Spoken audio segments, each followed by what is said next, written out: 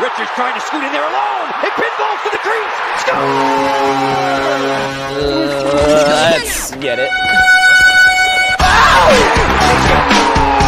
Oh my God! Here we go. You're listening to the Street Bullies podcast with your hosts, Derek. How you gonna get it, Bubba? John.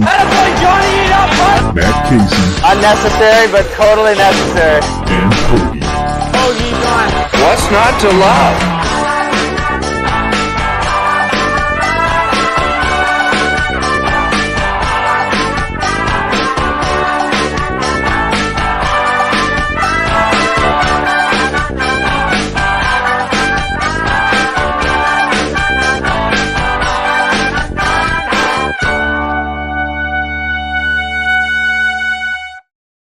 What is happening, everybody? Welcome to another episode of the Street Bullies. My name is Derek. And I'm John. What's going on, everybody? And as always, joined by one Matt. It's number 2. John will say the lesser of the two Matts. However, Hoagie, I'll give you credit. What's up, man? Your favorite sandwich is back. How long has it been? Yeah, it's been a bit. It's Not been long a enough. very long time. You've been getting a few jabs at Hoagie. I haven't said anything yet. I haven't even listened to hear them, so Oh, they were good. All right. Well, there that goes. Anyways, decent bit to discuss this week. Not a ton, really. I guess you could say Flyers related. training camp, rookie games. I'm not gonna lie, guys. Didn't watch them. No, me neither. I'm in the thick of it right now, dude. The O's made the playoffs for the first time since 2016. Like, I'm all in on Baltimore right now. Yeah, I'm sure the rookie Hoagie's at games, least excited man. about the Phillies. Right. You know, John, the Mets. yeah. How are I your Mets doing? I mean, you know me and baseball, man. I get it, man. I start following baseball in August if the Mets are doing well, which means I rarely am following baseball for the season. That's been me for the past couple Right years. around August 1st, the Mets they're here, and then they just start dropping. I mean, this season they've been dropping. It's football and hockey for me, man. I don't, you know. Yeah. It How's has been your great, wife doing with the whole Jets loss and the Aaron Rodgers loss? Oh, no. Dude, I mean, she was so excited, right? The Jets are finally going to be relevant. And I'm not even going to lie, I was a little excited too, because you sit down and you watch the games, whether it's like at least there was going to be something to watch. She had me, I bought her like a bunch of Rodgers things for her birthday. Sits down. I just sat there like, Yep. I'm going to go in the other room. You like Sauce Gardner? Like, Right. yeah, I'm not going to harp on it too much just because I'm going to get too much crap for who I like. Well, listen, dude, you're a Cowboy fan. You've got about 4 more weeks of doing well. Maybe more like 6 more weeks, right? We start to peter off towards the end. Yeah, I mean, it'll get to a point where it's a fever pitch and everybody's going to be like, yeah, we're going to the Super Bowl. And then I'm just going to sit back saying, yeah, watch this. Dak Prescott's like, hold my beer. Right. Like, I'll go off on a mini tangent here. I hate that. I hate the notion that all Cowboys fans are like that. I get it because there are a lot of them that are idiots. But, like, am I like the only level-headed one that's like, yeah, I just don't see it this year or next or until Jerry Jones dies? Like, maybe it's the natural cynic in me. I don't know. I mean, we're talking a lot about football, but I was sitting down watching the game with Carrie. Street Pigskin. I was sitting down watching the game with Carrie, and Dak Prescott comes on the TV, and I was like, I swear for the past like 3 or 4 seasons, this guy has had like a career-ending injury. Oh, the leg injury. Didn't his thumb fall off or something last year? Something like Rush came in for a couple games. Right. And maybe I'm just thinking of one, but it just seems to happen every year. But I swear this guy gets hurt every year. And it's like, oh, did you see the pain and the tears in this guy's eyes? Like, Who cares? I had to be put under for a tattoo sleeve. Like, spare me. Right. Most overrated quarterback in freaking football. I'm not going to go that far. I do like Dak Prescott, but this He's is also coming. Everybody's jokes, though. He is. He's the laughing stock of the league. in most cases it's warranted. But like I was a huge Tony Romo fan. So like I have that little soft spot that I'm like, that bastard took. You like mediocrity. Yeah, that's hey. Why we're Flyers fans. Why aim here and get disappointed when you can aim here and just keep on keeping on, right? Right. That's what I tell my students. Yeah. Just like, hey, you can shoot for the stars, that's fine, but not much to grab onto up there. Right. Yeah. Shoot for where the other stuff is, you'll latch on to something. Stars. Yeah. Yeah. Anyways, so getting to speaking of good role models. Yeah, speaking of fantastic role models, a guy that I've idolized my entire life. Mike Babcock, with quite possibly the shortest tenure of an NHL head coach ever. I'll have to look into that. He is undefeated, no losses. So best when it comes to not having any losses on his record as a Blue Jackets head coach, let alone coach in the NHL. A lot to unpack here. Not going to get into every single little specific. However, he is out now as the head coach of the Blue Jackets for various reasons, mainly because it was found out that he was asking players to see pictures on their phone. Some willingly showed him, some didn't. More stuff as well that we'll get into in a little bit, but initial thoughts on this, John, in terms of Babcock and everything, just all encompassing. I mean, I think so many thoughts run through my head. Like, first of all, when this hiring happened, it was kind of like, what are you doing, Columbus? Like, you finally look like you have something going for you, and you want to bark up this tree right now? And before all of that stuff came out about Mike Babcock in Toronto, like, I really liked the coach. I wanted the Flyers to hire him. I mean, there was no more successful coach currently in the NHL at the time, right? But now you find this stuff out, and it's like, whatever the things that happened in Toronto, but now this guy was already on the shortest leash. You would think that there would be more of a, I don't know what the word is, like awareness towards how things could be perceived, and like deciding not to do certain things just based off of how it could be perceived. Mm-hmm. Like, it seems like some of it, when you hear like Johnny Gaudreau talk, right? Like the general idea is like, oh, well, that's nice. You show a few pictures, you get to know your family. Like, but then you hear he's like taking people's cell phones for minutes doing the old scroll through. And who knows what those 22-year-old hockey players have on their cell phones now. Uh-huh. I don't know. It's disappointing because I think that the success of the head coach, you wish he would have more of a legacy towards that. But it's like, this is a control freak kind of guy who just could never adapt to the world and being, a decent human in today's game society. I know it sounds ridiculous, but I think like if in a world where like the cell phones weren't where you had your pictures, and if he was like, here, bring in 10 pictures of the things that make you, and like put them up on a board so we can all get to know each other. Like, to me, I don't know, maybe I'm wrong here, but to me, I think that's a cool idea for getting to know somebody. But like the whole like throwing in the cell phone aspect of how we have our pictures today, that's an invasion of privacy. Right. 100%. Are you in the same breath there, Hoagie? Yeah. I don't know. Babcock's, he's always just been a weirdo ever since the whole Toronto thing and Marner and whatnot. But like, I don't know. He's obviously a successful coach with Detroit and so on and so forth. But like, gold medal too, I think, right? Gold medal. So yeah. Like he's so successful, but like everybody thought like Tortorella would be this type of guy, and I'm glad like he's proven otherwise, because Babcock is just not one to like change his ways. And we all thought that Torts was going to be like one stuck in his ways and he's not going to adapt. But Babcock is obviously proving that he's just an old dog stuck in those ways, and he's not going to adapt. Right. Real quick, just to add on to what Hoagie said, sorry, Derek, but like I don't want to lose my thought here. It's like stuck in his ways. I think when you think of Tortorella, it's like expectations, right? He's going to maintain high expectations. Babcock, it's like tactics in just off ice coaching.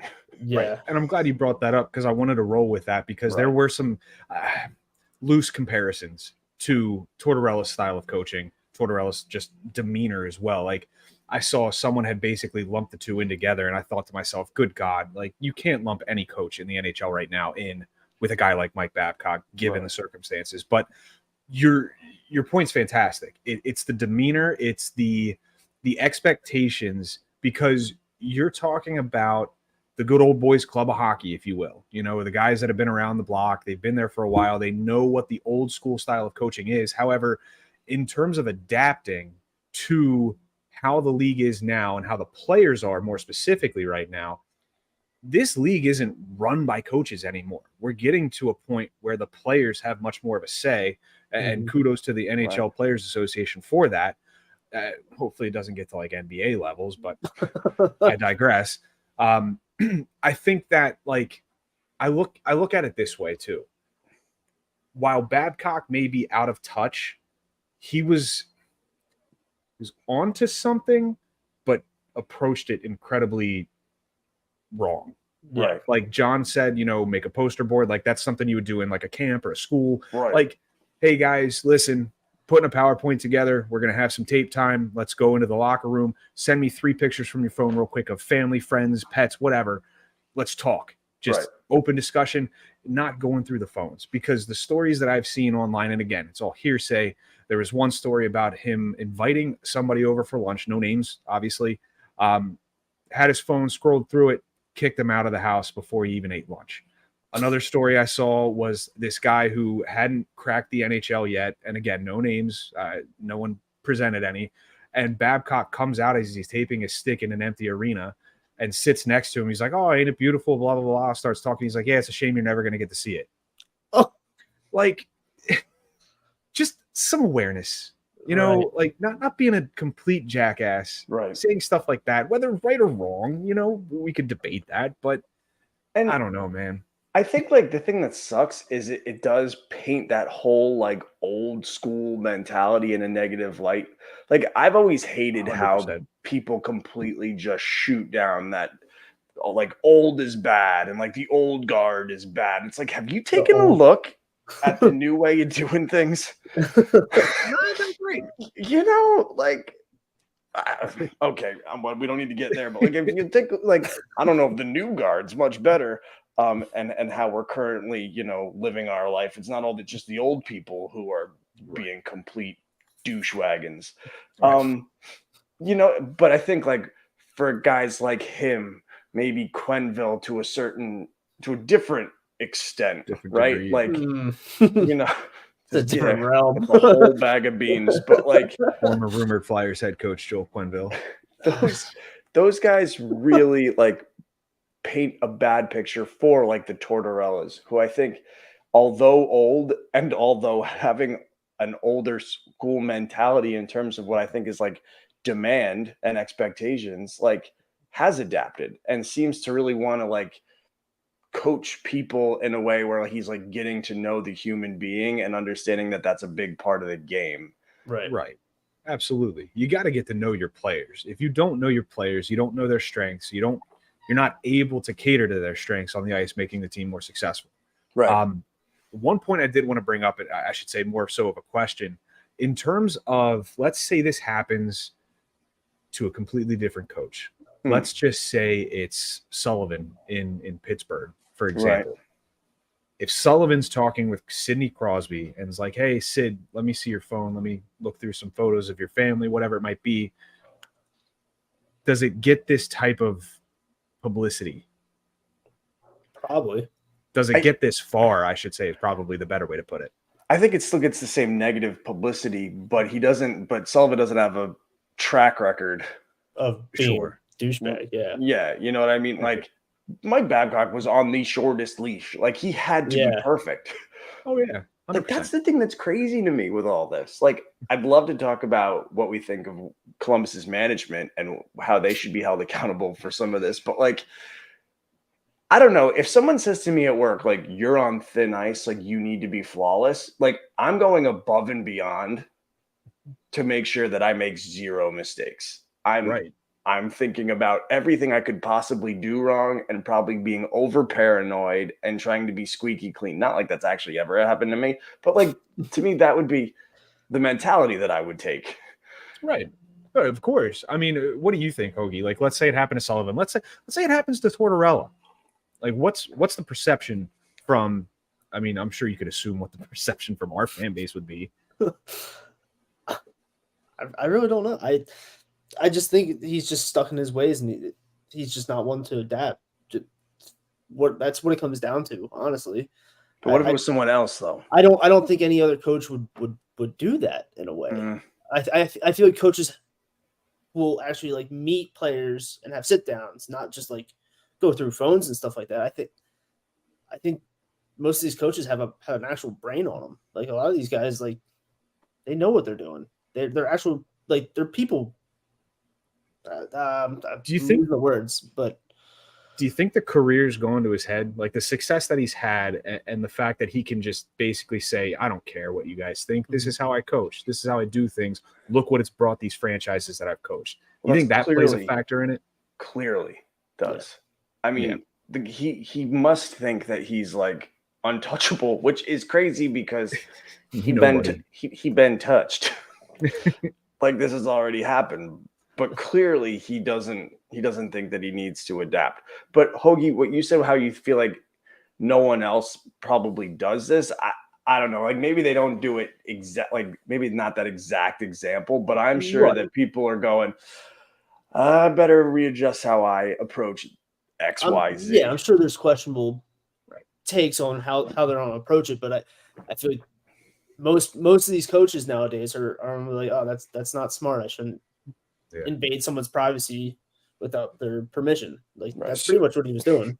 So would you guys think then that this approach here with Babcock, everything that's happened so far, do you think this in any way would discourage a coach from trying to connect more with his players? Like not aside from the usual, knowing these guys in practice, films, sit downs in their offices and things like that, but like extracurriculars, like let's say, I don't know, I couldn't speak to it, but like if they've got an outside the box idea and they're like, I want to do this with my players, do you think that's going to discourage them from doing something that if it gets out, a Paul Bissonnette or Ryan Whitney gets out with this, and then you get the uproar you did with Babcock, do you think that spells trouble too? Go ahead, Hoagie. I've got some big feelings on this one, but you go ahead first.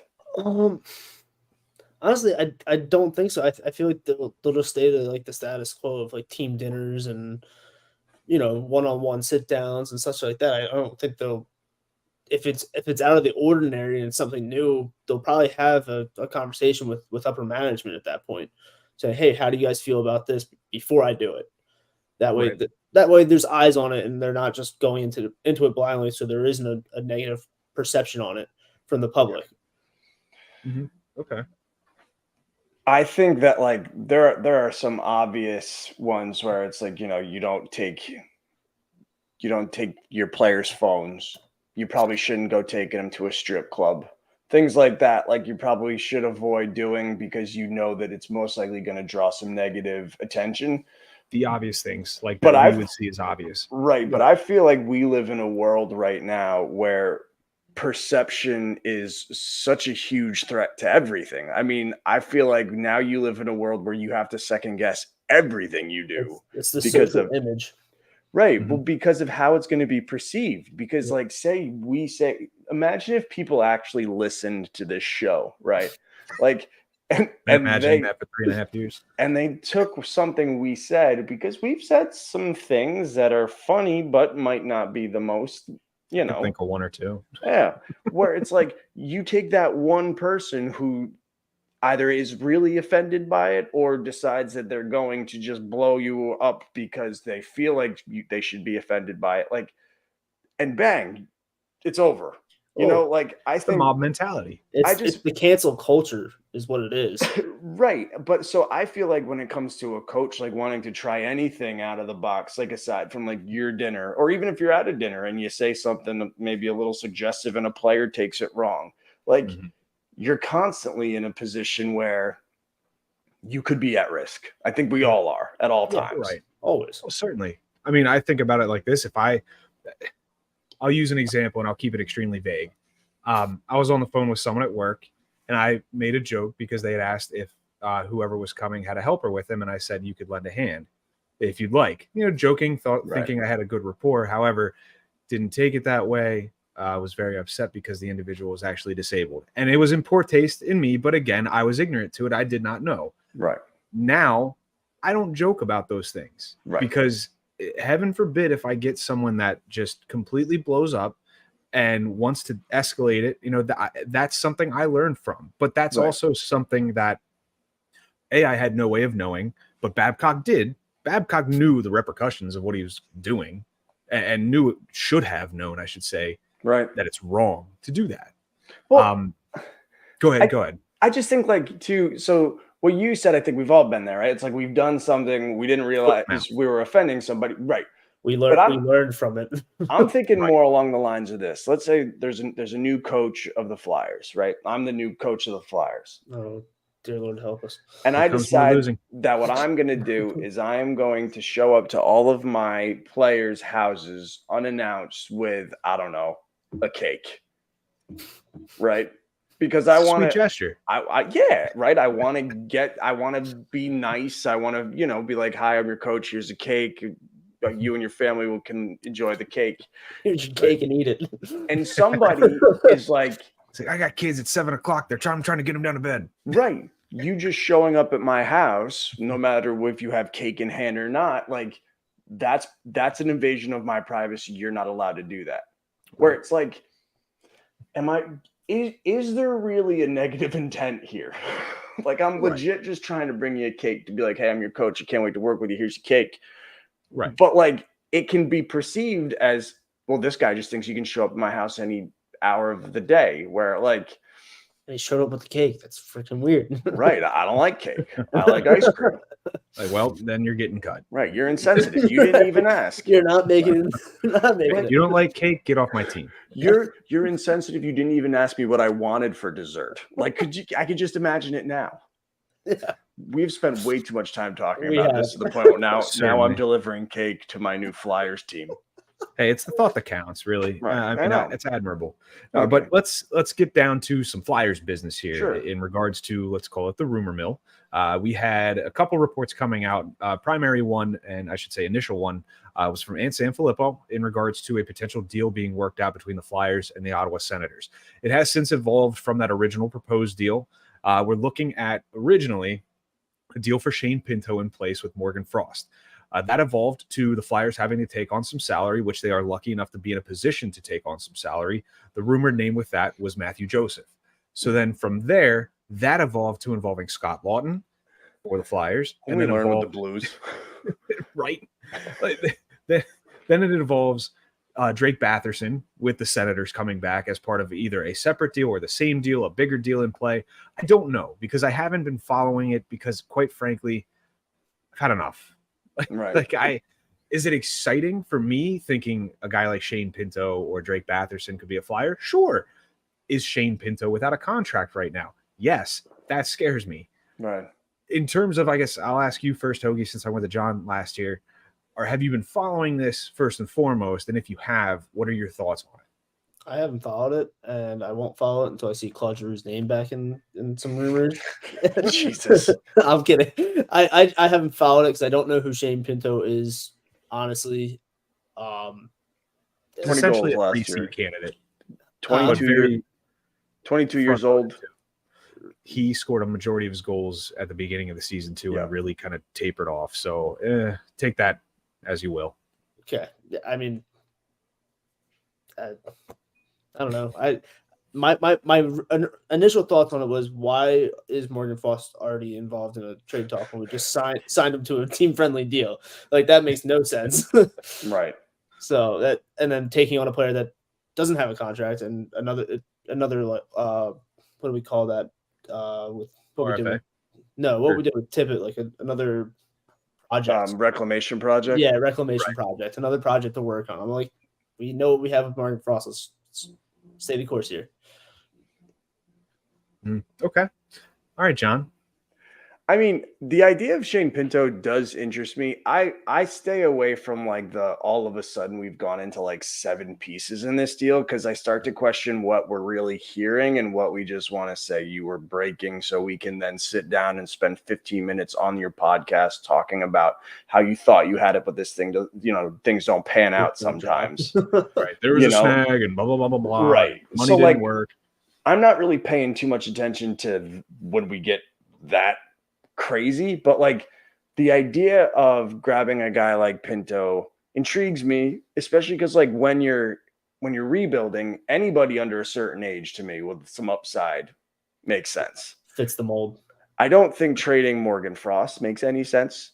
I think like to me, if you're gonna take on Joseph's contract, it's like maybe we're sending a draft pick or something their way, or maybe a player that you really don't mind getting rid of. I wouldn't even go Lawton unless they put like a second round pick or something in the. Before you go, I think it is just merely taking money from Ottawa. I don't think we were going to give anything in return for that. I think it was literally originally Pinto and Matthew to make salary work for them, right, and then getting Morgan Frost. Right. I mean, I would not trade Shane Pinto for Morgan Frost. I don't think that makes any sense. I think there's intrigue to the idea of bringing in Pinto, but like Hoagie kind of said, and I can't believe I'm agreeing with him. Like, why trade a guy like Morgan Frost? I know. Well, he doesn't talk enough for me. The world's ending. I love it. I'll be completely honest. I think tonight might be the most talkative Hoagie's been, and I love it. Right, because he's been off the show for like a month. In a good spot. He's got a lot to say. Yeah. He's in a good spot. Hockey's back. Hockey's back. Played the first game last night, men's league. Oh, there you go. Oh, yeah, you're leading the team in garbage goals. All right, man. Scored the Hattie to win the game. What does it matter? Against the team that kicked me off, so that just made it even sweeter. Oh, sweet revenge. Can we send you to Ottawa then? As long as I'm with Claude Giroux. Yeah, but anyway, some more money into this podcast, get some more viewers. Shane Pinto, like players like Shane Pinto intrigue me just because, like, what do you have to lose right now? Like, if it hits, that's great, but like, the worry is what you would have to give up in return, and I don't want to give up players that already could mean something to this roster. You know who you said that about last year? Kiefer Bellows, and I was right. I was like, why are we picking this kid up? And you're like, Kiefer Bellows is not in the same category as Pinto. He hasn't scored 20 goals in the NHL at all. Doesn't matter. You said the same thing. Yeah, doesn't matter. 20 goal potential. All right, to be fair. They also have Pinto market value at $2.5 million. And I'm just like, yeah, I could see it. I don't know. But he's had one coming off a rookie contract. But honestly, like, I would do the Kiefer Bellows thing again. Like, what do you have to lose? I'd do it on waivers, absolutely. Sure, but again, I wouldn't trade it. Giving up something to get it. I would trade someone like Morgan Frost for somebody that's. Yeah, but you can't compare Shane Pinto to Kiefer Bellows. I'm doing it. I don't know.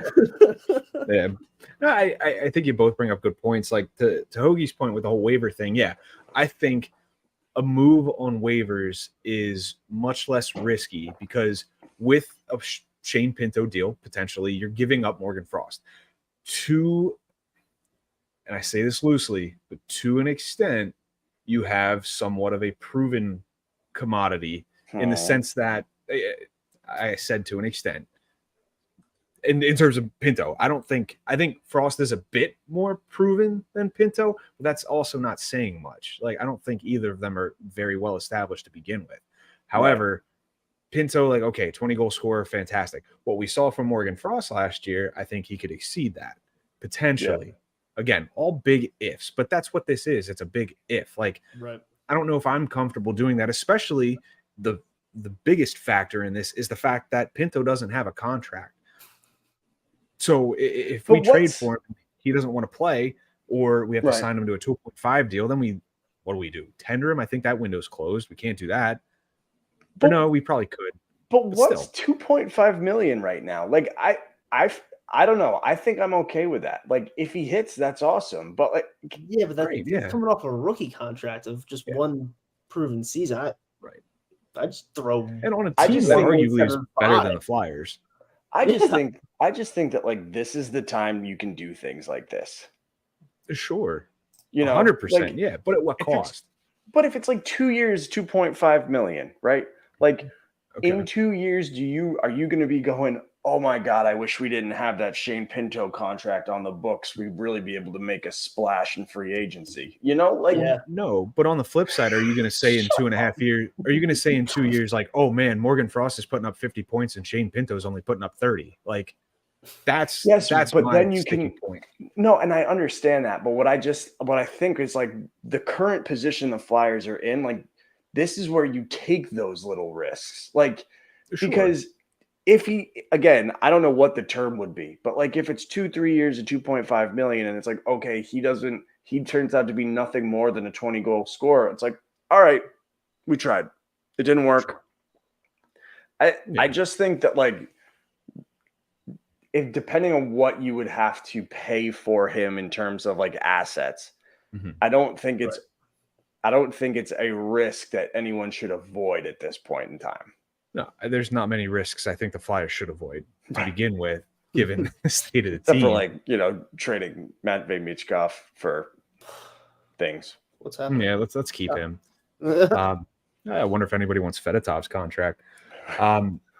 Yeah. In other news, there's nothing to report on with Fedotov. So, but nothing to report in the first place. Yeah. Well, hey, that's there. This is a big nothing burger at this point. There's nothing's going to happen with that.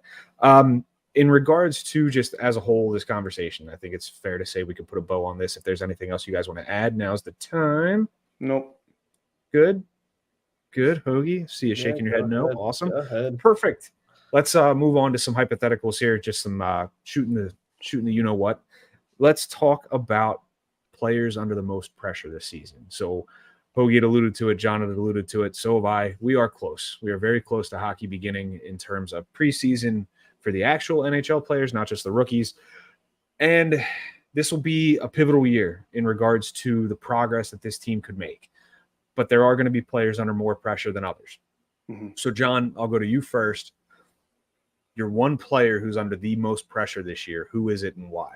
I mean, I don't even think there's an argument here. I think the player under the most pressure is Travis Sanheim. You bastard. I mean, but it's the easy one. Yeah, no, it absolutely is. He's got a brand new contract, 8 years, $6.25 million. Yep. Look at this defense right now. He needs to be a top pairing defenseman. He needs to be the guy. Right. And last year was a sign of him not being able to be that guy. Now, granted, there were signs the year before, but being the defenseman of the year on the Flyers in that season, I don't, whatever. Like, I just think that could have been. This is a guy that needs to be a huge impact player on the Flyers coming off of a season where he was pretty awful on a brand new contract. Mm-hmm. There you go. Okay. Signing a contract days before the season starts. Fucking Fletcher, man. That's dick. Coming up. That anniversary's coming up. That's one anniversary I'll forget. Yeah. I won't. I'd like to forget. I should rephrase. Yeah, I'd like to. Oh, yeah. I saw you get upset when John mentioned presumably your pick there, but do you have another one in mind? I mean, Sanheim's the one that makes the most sense, at least for the D. I'll flip it to the forwards. I'm probably looking at Joel Farabee. He was hurt last season. He's making a pretty dime, $5 million. I kind of want to see him kind of explode and become the Joel Farabee that we know he can be. Because I don't, if he's not producing and not picking up where he left off 2 years ago, I feel like he's gonna be shipped out the door. I'm curious to see what he's like without Hayes in the locker room. That would be interesting. That's a good point. Yeah. I don't know about that connection, but I could see Hayes having a negative impact, having that kind of joking mentality, not taking things too seriously. The bees are in the cut. Right. Where and removing that, I'm curious if that'll help. Right. Yeah. I'm going to stick with the forwards here. And I think this is going to be unpopular. I could be completely wrong. I don't know. I'm going to say Sean Couturier. And that hinges a lot. Well, the main reason being if he's going to be healthy. If he's not healthy and cannot play this season, even for a stretch, there's going to be some serious discussions within the Couturier household, Ellis as well as come on over. Right. Ellis is going to say, it's time, pal. Come to my side.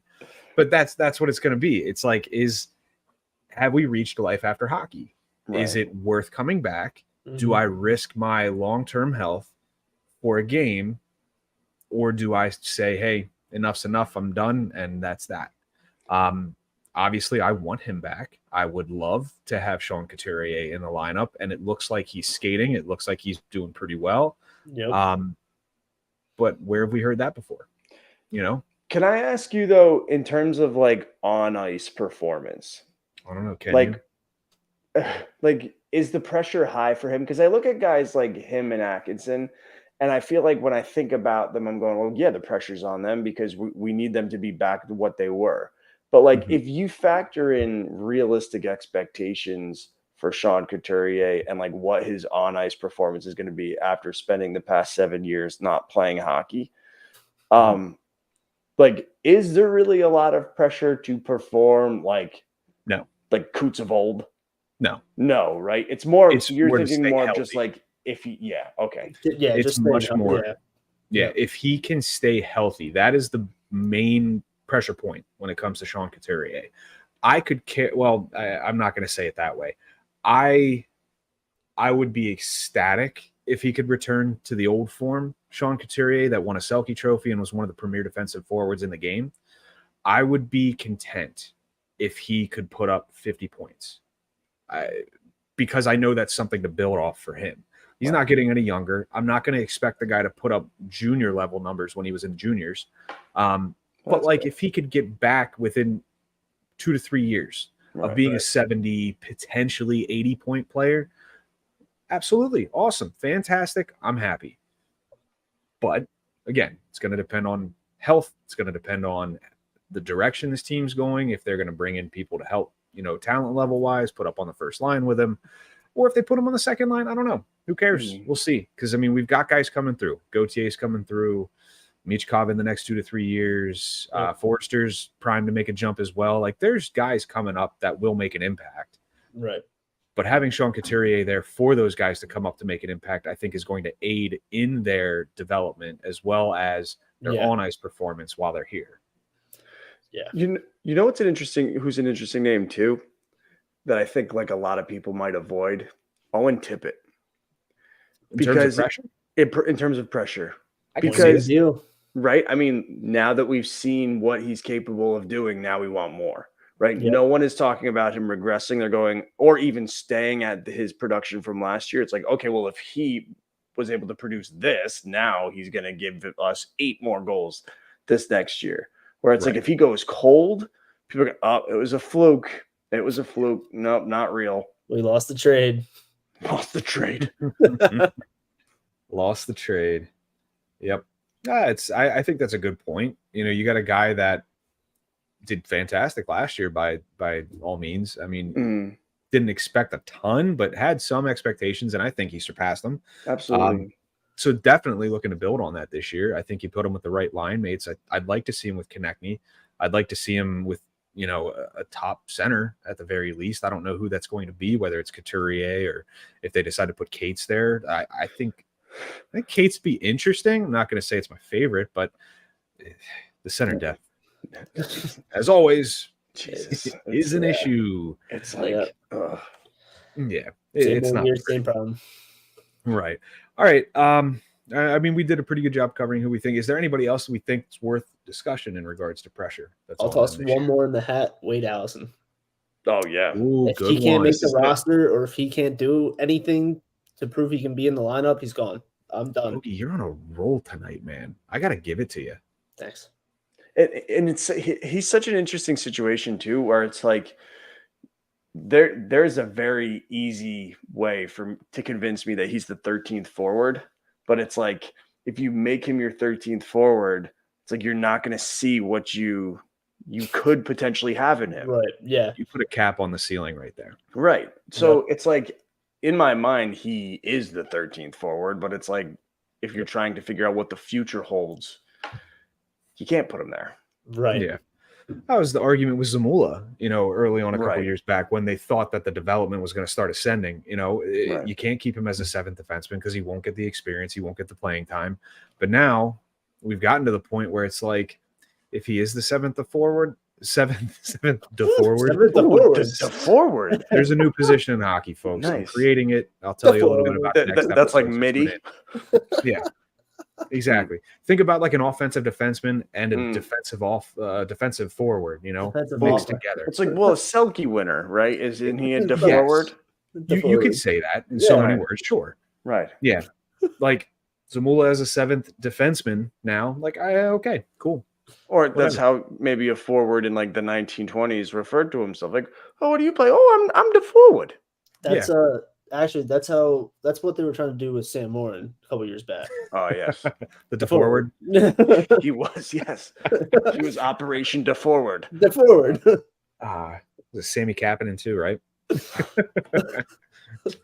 What about Cam York? Not as much pressure, but certainly pressure. Yeah. He's gonna have to step up for sure. Mhm. Given I think there's Provorov's absence. Right. Yeah. Right. I mean, yeah, he's right behind Sanheim, honestly, for me, because we know where Risto is. I mean, And then the rest of them, it's the like, rest of them are just whatevers. Like Right. he's number two. He's got to prove that he's number two. Mhm. Do you see a world in which he ends up on the top pairing by the end of the year?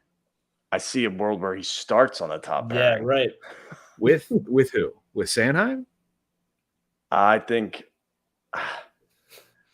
that we've done this dance, and this one hurts my head. Like I could see Sanheim. I don't love it. I could see Ristolainen. I think that's the one that I like the most. I could even, and then I think like if it's a guy like Mark Stahl, then he's not on the top pair. He's on the second pair. When you're putting Sanheim and Ristolainen first. That was my initial thought. Right. You're putting Mark Stahl as a second pairing? Because you're putting it with Cam York. Yeah. You're going veteran, young guy. I understand what you're saying, but I'm like, oh god, Mark Stahl. It's just giving me like Keith Yandel vibes. Oh, he's a little bit better than him. We don't have to play him for a streak purpose. That is true. Yeah. That's a positive to signing him.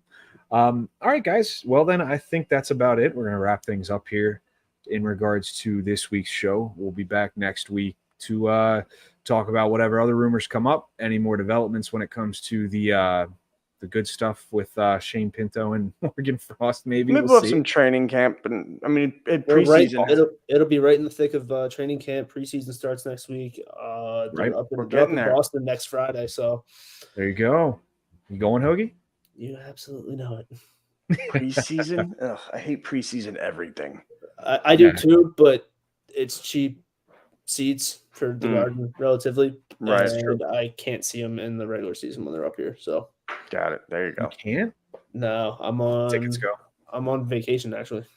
Oh, okay. And what's funny about next week is I'm actually on vacation and I literally land in Boston Logan at like 4:50 and just go right to TD Garden. There you go, man. Wife is not Got it happy. all planned out. But her coworker will be there, so she'll be fine. Yeah, coming from married guys, your wives are never happy. Yeah, not right. Yeah. John's looking over at Carrie like, yeah, you're right. Listen, I burned dinner tonight. It wasn't good. Oh, dude, I do the smallest things, and she's like, "Why'd you do that?" We have a spray for like olive oil, like it's not like a pre-made like the For the olive air oil. It's like the Pam thing. Yeah, but it's not. The olive oil is not. You have to add the olive oil You into pump it. right? You can, you can like it's. You can put Yeah, anything. God, you like that, right? But I bought because the air seal's all screwed up on it, so it's just not working. So I bought like an actual thing of olive oil spray. I get it and I put it in the cupboard, and she's like, "Why would we get that? That's a waste." And I'm like, "Did I not tell you like an hour before I left for shopping for groceries that it was broken? Like, would you like me to try to fix it?" I mean, I don't know what you guys are talking about. I'm the perfect husband. Yeah, right. So I'd like to speak to your wife. I'm waiting for a hand to come into his frame and just bob around the back of the head. Oh, there it is. There's the phone coming across the room. Perfect timing. All right, Hoagie, let them know where they're going to find you. Pod Street Hogs. Now it's an X. The X app. You it's been a can call it the while. X app. wait, it's Hogs with an X? Yeah. spelled out. Pod Street hoax. No. Pod Street hoax hoax. on the X app. It used to be the Bird app. It's the X app. It's been a while There it since I've said that. Yeah, gonna skip John. That's not the first X app you've been on, huh, Hoagie? Mhm. Yeah. The other ones have 2 extra X's. You dog. Yeah. I tell you, that's like my biggest fear. My wife looking at my phone. She's like, "What's this X app? Is that porn?" Like, it might be. You could find it if you look hard enough. Oh, boy. You don't even have to look that hard. Right. All right. John's off X. But if you'd like to give your Some days I wouldn't mind being on it. oh, where's this going? Anyways, Casey's off we're done. X. Casey's off. Yeah, Casey. For this evening. He deleted the app off of his phone. He's still technically He's still on it. Yeah, that's right. Yes. I wouldn't be but shocked if Casey's actually on X. maybe. Yeah, those nights with his neighbors, man. You can. Yeah. Yeah. All right. Well, then, real quick, shout out to our affiliates as well. Flyers High and Wide. They're on Twitter at FlyersHW. Our good friends over at the 5 Minute Major podcast as well. David Mastro. They're on Twitter at 5 Min Major Pod. And folks, until next week, if you want to find us, Google us. Bye now. Bye now.